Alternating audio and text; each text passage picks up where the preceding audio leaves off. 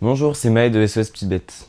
Nous avons déjà vu Aristote, que vous pourrez retrouver ici avec Histoire des animaux. Mais durant l'Antiquité, Aristote n'est pas le seul à s'intéresser aux animaux. Les penseurs grecs ou latins sont nombreux à théoriser l'animalité. Ils sont parfois très avant-gardistes, à l'image de Pythagore.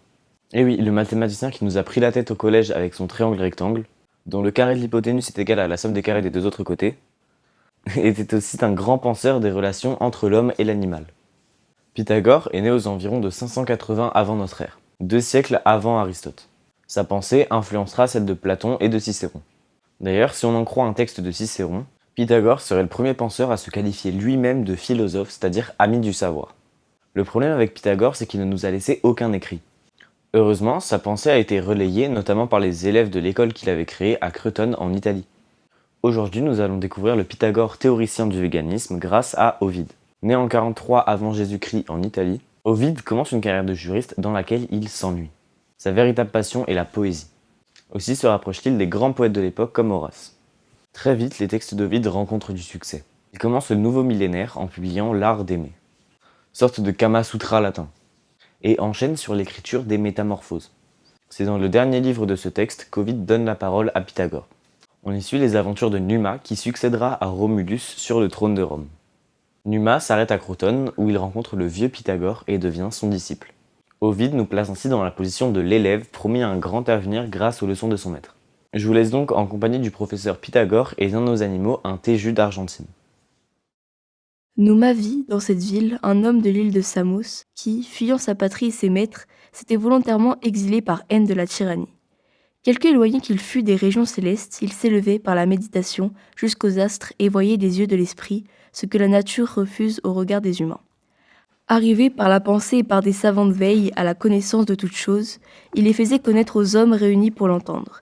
Et, tandis qu'en l'admirant ils écoutaient en silence, le sage expliquait l'origine du monde et les principes des êtres, ce qu'était la nature, ce qu'était la divinité, de quelle manière se formaient et la neige et la foudre, si c'était Jupiter ou le choc des vents dans la nuit qui produisait le tonnerre, ce qui faisait trembler la terre, par quelle loi les astres se mouvaient, et tous les mystères cachés aux mortels. Le premier, il défendit de servir sur les tables des animaux égorgés, et il exposa le premier. En ces termes, une doctrine plus admirée que suivie. Cessez, mortels, de souiller vos corps de ces aliments coupables. Vous avez les moissons des champs, vous avez des fruits qui font courber sous leur poids les arbres des vergers. Pour vous, le raisin se gonfle et mûrit dans la vigne. Il y a des légumes d'un goût exquis. Il y en a d'autres que le feu rend plus tendres et plus savoureux. Ni le lait, ni le miel que parfume le thym ne vous sont défendus. La terre prodigue vous offre ses plus doux trésors et vous fournit des aliments exempts de sang et de carnage. Il n'appartient qu'aux animaux de se nourrir de chair. Encore tous n'en font-ils point usage. Le cheval, la brebis, le bœuf vivent de l'herbe des prairies. Mais ceux qui sont naturels, farouches et sanguinaires, les tigres d'Arménie, les lions prompts à la colère, les ours et les loups, aiment les aliments sanglants. Ah, c'est un grand crime de confondre des entrailles dans des entrailles, d'engraisser un corps d'un autre corps, de ne conserver la vie d'un être que par la mort d'un autre. Quoi ? Parmi tant de biens que la meilleure des mères, la terre, produit pour vos besoins, vous n'aimez qu'à porter vos dents cruelles sur des animaux égorgés, qu'à mordre des blessures, qu'à imiter les barbares cyclopes. Ne pouvez-vous faire cesser que par la destruction des êtres, les jeunes d'un estomac vorace et déréglé ? Dans cet âge antique, que nous avons appelé l'âge d'or, l'homme vivait content du fruit des arbres, des plantes champêtres, et jamais il ne souillait sa bouche de sang. Alors l'oiseau balançait sans danger ses ailes dans les airs, le lièvre errait sans frayeur dans les campagnes. La crédulité du poisson ne l'attachait point à l'hameçon funeste. Aucun être n'employait, aucun ne craignait ni les pièges ni la fraude, tout était en paix.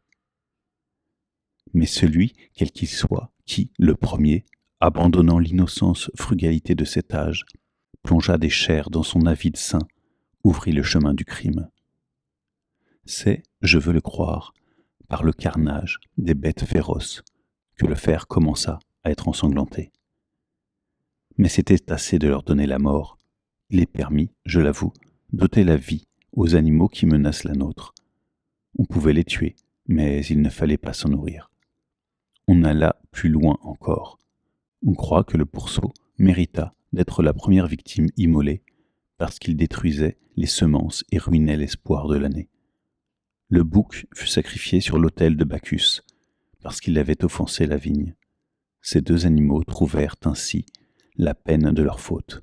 Mais quelle peine mériteriez-vous, innocente brebis, troupeau paisible dont les mamelles pendantes se gonflent pour l'homme d'un nectar délicieux, dont la molle toison lui fournit ses vêtements, et dont la vie est, plus que la mort, utile à ses besoins. Quel mal a fait le bœuf, animal sans fraude et sans artifice, simple, incapable de nuire, et né pour les plus durs travaux. Ah, ce fut un ingrat, indigne des dons de Cérès, celui qui, le premier, détela du joug fumant l'animal agricole pour l'égorger, qui frappa de la hache son col usé par de rudes travaux, en retournant si souvent la terre et faisant produire aux champs tant de riches moissons. Mais ce n'était pas assez de commettre un si grand crime. L'homme a voulu y associer les dieux, et il ose croire que le sang des génisses est agréable aux immortels. Une victime sans tache, remarquable par sa beauté, car sa beauté lui devient funeste, est parée de bandelettes et conduite à l'autel. Là, elle entend des prières qu'elle ne comprend pas. Elle voit placer sur son front, au milieu de ses cornes dorées, les fruits de la terre qu'elle a cultivés. Le couteau, qu'elle a déjà peut-être aperçu dans l'eau limpide, préparée pour le sacrifice. La frappe. Aussitôt on arrache de son sein les entrailles vivantes, et on les interroge pour y trouver le secret des dieux. D'où vient à l'homme cette faim si grande des aliments défunts? Ô mortels, je vous en conjure, renoncez à ces festins barbares. Écoutez et retenez mes avertissements. Lorsque vous mangez la chair de vos bœufs égorgés, sachez et souvenez-vous que vous mangez vos cultivateurs. Et, puisqu'un dieu m'ouvre la bouche, je suivrai les mouvements qu'il m'inspire. Je découvrirai les secrets qu'Apollon a cachés dans mon sein. Je dévoilerai ceux du ciel même et les oracles dont il m'a rempli. Je vais chanter de grandes choses, trop longtemps ignorées, et que l'esprit de nos pères n'a pu pénétrer. Je vais monter parmi les astres, quitter la terre, séjour de l'erreur, marcher sur les nuées, m'asseoir sur les vastes épaules d'Atlas, et de là, regardant les mortels errants, sans que la raison les guide, et livrés à des terreurs frivoles, les rassurer contre la crainte de la mort, et dérouler devant eux les lois immuables de leur destinée. Faible mortel, que glace l'effroi du trépas, pourquoi craindre le Styx et l'empire des ombres, fable inventée par les poètes, vaine expiation d'un monde imaginaire? Soit que le corps périsse, consumé par les feux du bûcher, soit que le temps le détruise, ne croyez pas qu'il souffre quand il n'est plus. Les âmes ne meurent point, sorties de leur première demeure. Elles passent et vivent dans de nouvelles habitations. Moi-même, je m'en souviens, pendant la guerre de Troie, j'étais Euphorbe, fils de Panthous. Le plus jeune des Atrides me perça le cœur de sa forte lance. Je reconnus naguère, au temple de Junon, dans la ville d'Argos, le bouclier dont alors mon bras était armé. Tout change, rien ne meurt. L'âme erre d'un corps à l'autre, quel qu'il soit. Elle passe de l'animal à l'homme, de l'homme à l'animal, et ne périt jamais. Comme la cire fragile reçoit des formes variées et change de figure sans changer de substance. Ainsi j'enseigne que l'âme est toujours la même, mais qu'elle émigre en des corps différents. Dans vos appétits déréglés, craignez donc de devenir impie. Je le déclare au nom des dieux, prenez garde, par le meurtre détestable des animaux, de chasser de leur nouvel asile les âmes de vos parents. Que votre sang ne se nourrisse point de votre sang. Et puisque, porté sur une vaste mer, j'ai livré au vent toutes mes voiles, je dirais, rien n'est stable dans l'univers, tout varie, tout n'offre qu'une image passagère. Le temps lui-même roule comme un fleuve dans sa course éternelle. Le fleuve rapide et l'heure légère ne peuvent l'arrêter. Mais comme le flot presse le flot, chassant celui qui le précède et chassé par celui qui le suit, ainsi les moments s'écoulent, se succèdent et sont toujours nouveaux. L'instant qui vient de commencer n'est plus, celui qui n'était pas encore arrive, tout se passe et se renouvelle sans cesse. Voyez la nuit qui s'avance, tendre vers le jour, et les ombres s'effacer dans la lumière.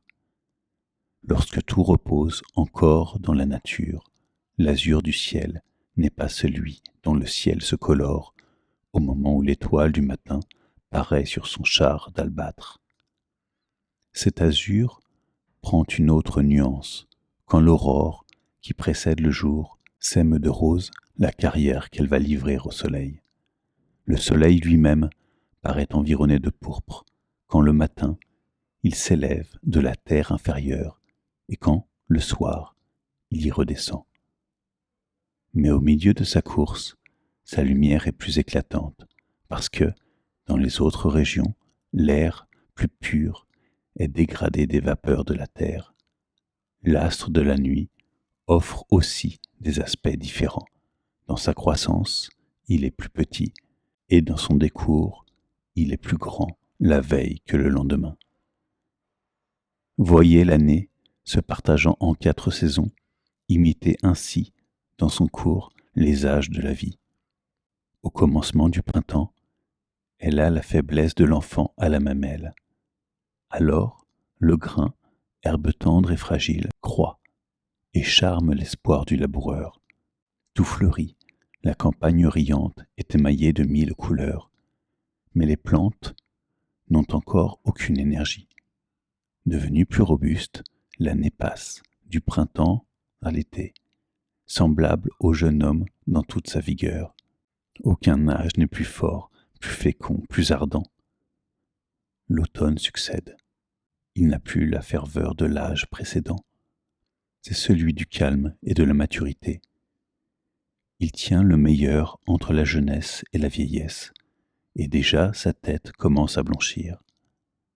Enfin, le vieil hiver arrive, d'un pas tremblant, dépouillé de ses cheveux, ou n'en ayant plus que de blanc. C'est ainsi que nos corps changent sans cesse. Ce que nous étions hier, ce qu'aujourd'hui nous sommes, demain nous ne le serons plus. Il fut un temps où, simple germe, espoir incertain de l'homme encore à naître, nous habitâmes dans le sein d'une mère. La nature soigna son œuvre. Elle ne voulut pas que notre corps restât toujours resserré dans les flancs qui l'enfermaient, et sa main puissante nous ouvrit les portes de la vie. L'enfant, à peine a vu le jour, il est sans force et ne peut se mouvoir. Bientôt, semblable au quadrupède, il marche sur ses pieds et sur ses mains. Peu à peu, tremblant et mal affermi sur ses jambes, il cherche un appui qui le soutienne. Il est debout, il devient fort et léger, sa jeunesse s'envole, il traverse l'âge moyen de la vie, et par une pente rapide est emporté au couchant de ses jours. La vieillesse dissout la force de l'âge précédent.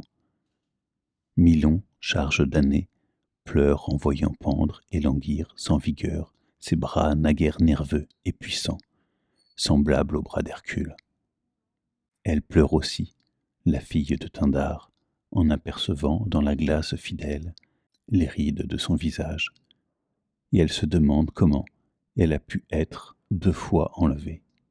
Temps qui dévore ce qui existe, et toi, vieillesse, envieuse, vous détruisez tout, et ce que la lime de l'âge a sourdement usé, vous le consumez par une lente mort.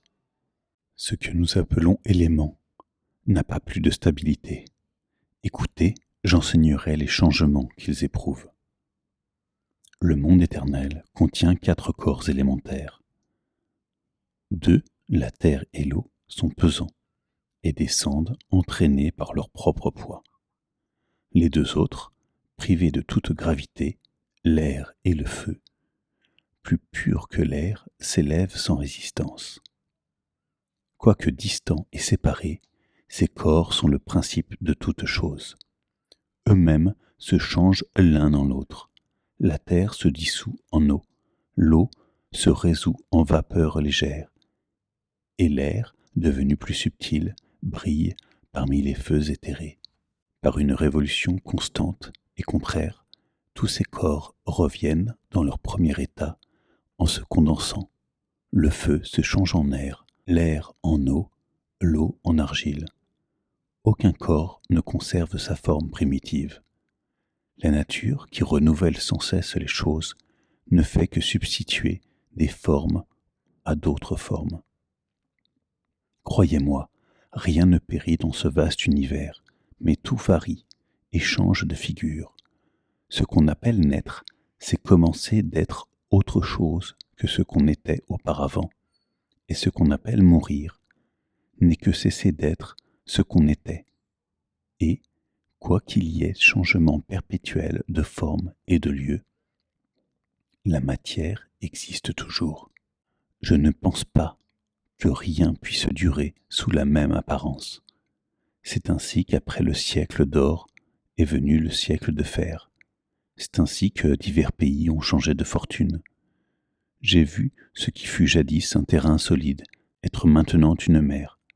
J'ai vu des terres sorties du sein des ondes et des conques marines loin des bords d'Amphitrite. Une vieille ancre a été trouvée sur de hautes montagnes. Des torrents rapides ont creusé des vallons dans les plaines. Les inondations ont fait descendre des collines au sein des eaux. Des marais sont devenus des champs sablonneux et des terres arides sont aujourd'hui des marécages. La nature ouvre ici de nouvelles sources et en tarit d'autres ailleurs. Les secousses de la terre ébranlée ont fait naître des fleuves et en ont asséché plusieurs. Ainsi, le Lycus, englouti dans la terre, se remonte plus loin et semble sortir d'une source nouvelle. Ainsi, l'Aracinus se perd dans un gouffre profond et après avoir conduit paisiblement ses flots souterrains, reparaît plus vaste dans les plaines d'Argos. Ainsi l'on raconte que le fleuve Misus, ennuyé de sa source et de ses premiers rivages, va, sous le nom de Caïque, couler dans des pays lointains. Tantôt, l'Amenanus roule en Sicile son onde sablonneuse, tantôt son lit est asséché et sa source paraît tarie. Jadis, on buvait les eaux d'Anigros. Elles sont devenues pernicieuses. Si toute croyance n'est point ravie au poète, depuis qu'atteints par les flèches d'Hercule, les centaures entrèrent dans ce fleuve pour laver leurs blessures, les ondes d'Hypanis, qui descendent des montagnes de la City, d'abord douces et pures, se changent dans leur cours de sel et d'amertume. Antissa, Paros et Tyr, bâtis par les Phéniciens, ont eu pour ceinture les mers. Aucune de ces villes n'est une île aujourd'hui. Les anciens habitants de Leucade ont vu joint au continent leur territoire qu'entourent les flots. Zancles était, dit-on, réuni à l'Italie, avant que l'océan sépare ces 2 terres, n'eût entraîné la Sicile au milieu de ses ondes. Si vous cherchez Élysée et Burie, villes d'Archaïe, vous les trouverez sous les eaux.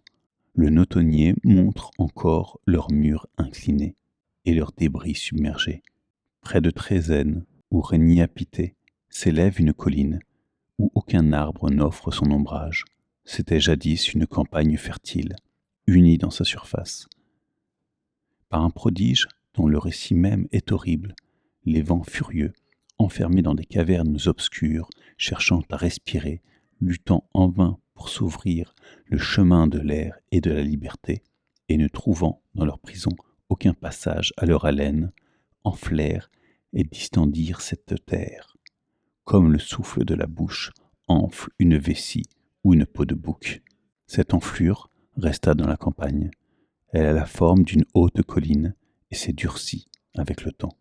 Je pourrais ajouter ici beaucoup d'autres exemples qui vous sont connus ou dont vous avez entendu parler. Je n'en citerai qu'un petit nombre. L'eau ne reçoit-elle et ne donne-t-elle pas des formes différentes?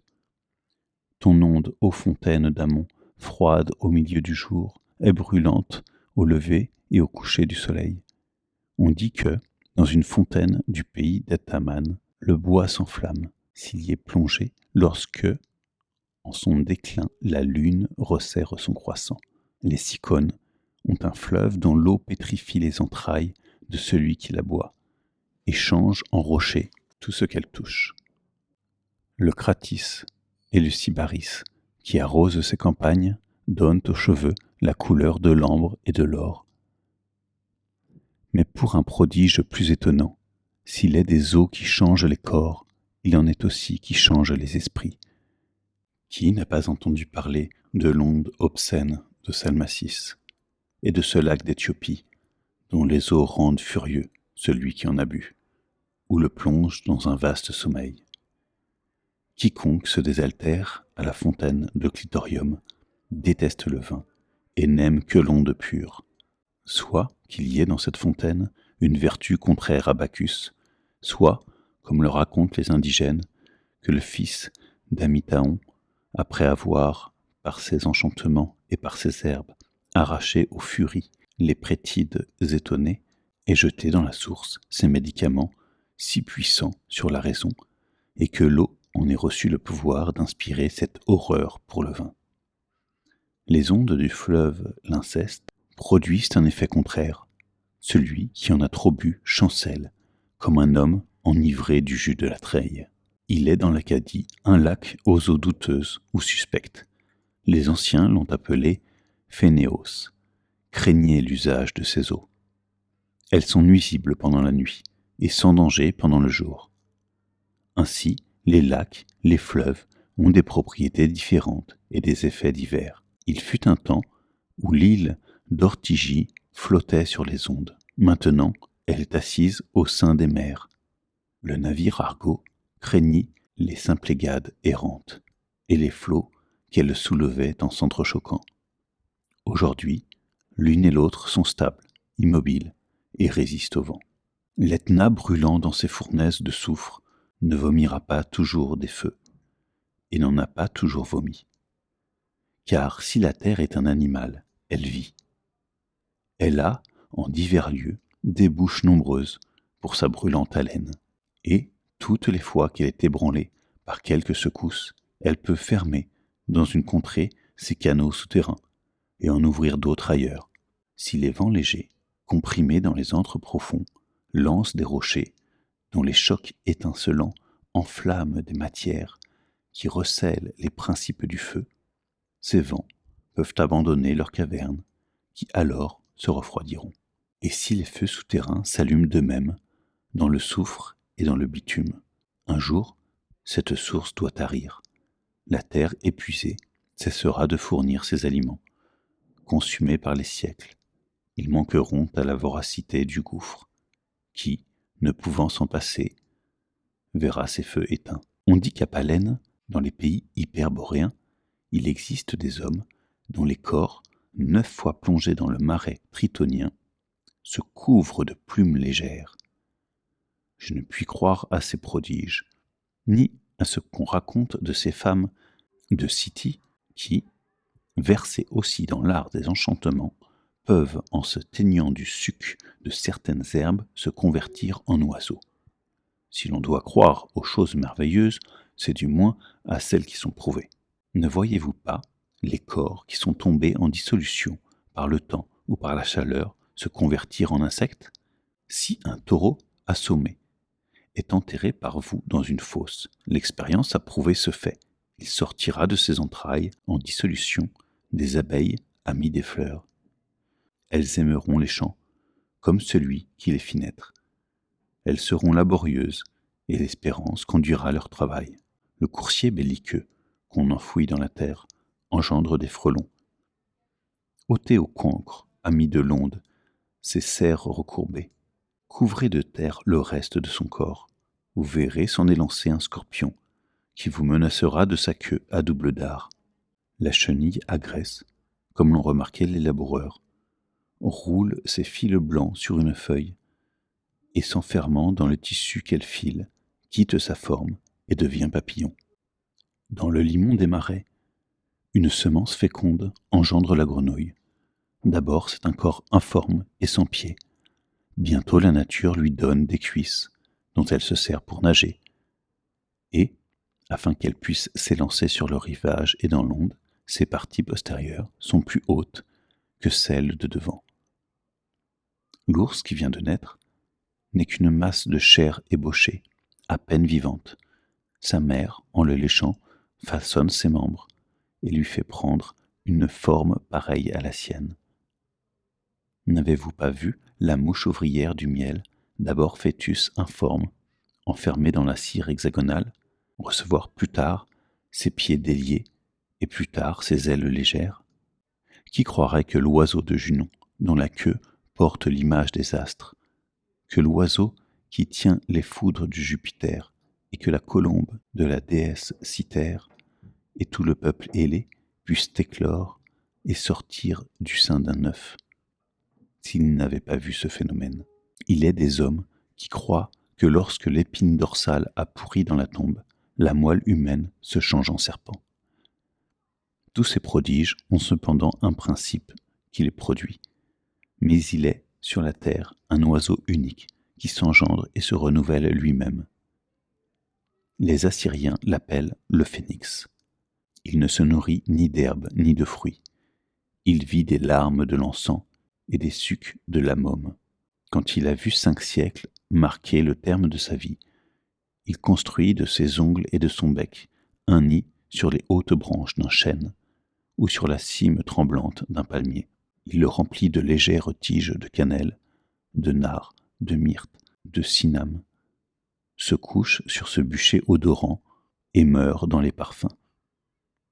On raconte qu'un jeune phénix renaît alors des cendres de son père et qu'un même nombre de siècles doit marquer son existence. Lorsque l'âge lui a donné des forces et qu'il peut charger ses ailes, il dégage du poids du nid les rameaux de l'arbre, enlève ce pieux fardeau, l'emporte dans les airs, arrive dans la ville du soleil et devant les portes sacrées du temple de ce dieu, dépose le tombeau de son père et son propre berceau. Si tous ces faits offrent des nouveautés merveilleuses, le pouvoir de changer de sexe doit paraître plus surprenant. Ne devons-nous pas admirer l'hyène, qui est femelle et mâle tour à tour, et le caméléon, nourri d'air et de vent, qui soudain prend la couleur de tous les objets qu'il touche? L'Inde, soumise, donna le lynx au dieu des vendanges. On rapporte que tout ce que rejette la vessie de cet animal se congèle et se durcit en pierre. C'est ainsi que le corail, plante molle et flexible sous l'onde, se pétrifie aux premières impressions de l'air. Le jour finirait, et Phébus aurait plongé ses coursiers, haletant dans l'onde, avant que j'eusse raconté les divers changements de toutes choses. Les temps changent eux-mêmes. Nous voyons des nations s'élever et d'autres tomber. Ainsi, la superbe Troie, si riche en hommes et en trésors, qui put répandre tant de sang dans un siège de 10 années, humble maintenant, n'offre plus que d'antiques ruines, et ne montre, pour toute richesse, que les tombeaux de ses habitants. Sparte a été célèbre, Mycène florissante, la ville de Cécrops et les murs bâtis par Amphion ont eu leur puissance et leur éclat. Aujourd'hui, Sparte est un vol misérable. Mycène et ses hautes tours n'existent plus. Que reste-t-il de Thèbes où régna Oedipe? Une fable. Que reste-t-il d'Athènes où régna Pandion? Son nom et son souvenir. Déjà, la renommée annonce que, sur les bords du Tibre, qui descend de l'Arpenin, Rome, bâtie pour les Troyens, pose les fondements immenses d'un grand empire. Cette ville aura ses révolutions en grandissant et sera un jour la maîtresse du monde. Ainsi l'ont dit les poètes et l'ont annoncé les oracles. Si je m'en souviens, lorsqu'Énée déplorait ses destins douteux dans les premiers temps de Troie, Hélénus, fils de Priam, lui adressa ce discours. « Fils d'une déesse, si mon art de prédire les choses futures t'est assez connu, tu vivras, et Troie ne tombera pas tout entière. La flamme et le fer t'ouvriront un chemin. Tu emporteras les restes de Pergame. Et tu trouveras des bords étrangers, plus amis des Troyens, et de toi que ta propre patrie. Je lis dans le livre des destins qu'aux enfants de la Phrygie est promise une ville qui s'élèvera au-dessus de toutes celles qui ont été, qui sont encore et qui seront dans la suite des temps. Pendant plusieurs siècles, elle devra sa puissance à ses illustres citoyens, mais un descendant d'Iule la rendra maîtresse de l'univers. Quand la terre aura possédé ce héros, les dieux en jouiront à leur tour. Le ciel l'attend après sa mort. Telles furent, je les rappelle, les prédictions faites par Émunus à Énée, qui porta ses pénates avec lui. Je me réjouis de voir renaître dans Rome mon ancienne patrie. Ainsi la victoire des Grecs aura fait la grandeur des Troyens. Mais, pour ne pas m'écarter plus longtemps du but que je tends dans ma course, le ciel et tout ce qui l'embrasse, la terre et tout ce qu'elle renferme, sont soumis à d'éternels changements. Nous-mêmes, portion passagère du monde, nous subissons les mêmes lois, puisque nous sommes non seulement des corps, mais aussi des âmes légères, qui peuvent avoir pour demeure le sein de l'hôte farouche des forêts, ou celui du paisible animal qui paît dans le bocage. Conservons donc, au lieu de les détruire, ces corps qui ont peut-être reçu l'âme d'un père, d'un frère, d'un parent, d'un homme du moins, et n'allons pas renouveler le festin de Thyeste. Ne s'accoutume-t-il pas au crime, ne se prépare-t-il pas à répandre le sang humain, l'impie, qui enfonce le couteau dans la gorge d'une génisse, et dont l'oreille reste insensible à ses mugissements, qui peut égorger un chevreau et l'entendre vagir comme un enfant? Qui peut se nourrir de l'oiseau que sa main a nourri? Qu'il y a peu loin de cette cruauté au meurtre, à l'homicide, et que facilement elle en ouvre le chemin. Ainsi que le bœuf laboure et ne puisse imputer sa mort qu'à la vieillesse, que la brebis nous donne sa toison pour nous défendre des attaques du froid boré, que la chèvre présente ses mamelles gonflées à la main qui les presse, que la baguette enduite de glu cesse de tromper l'oiseau trop crédule. N'enfermez plus dans une enceinte le cerf timide, effrayé par les plumes présentées à ses regards. Ne cachez plus l'hameçon sous une amorce perfide. Détruisez les animaux nuisibles, mais contentez-vous de les détruire. N'allez pas vous en nourrir. Et ne prenez que des aliments convenables à l'homme. On rapporte qu'après avoir recueilli avec soin ces leçons et d'autres encore, Numa retourna dans sa patrie.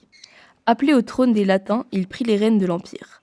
Inspiré par la nymphe dont il était l'heureux époux, éclairé par les conseils des muses, il enseigna les rites sacrés et fit aimer les arts de la paix à un peuple féroce et ami de la guerre.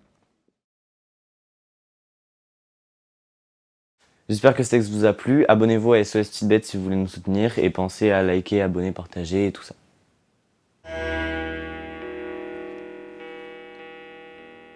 J'espère que ce texte vous a plu. Si vous voulez nous soutenir, n'hésitez pas à vous abonner, partager, commenter et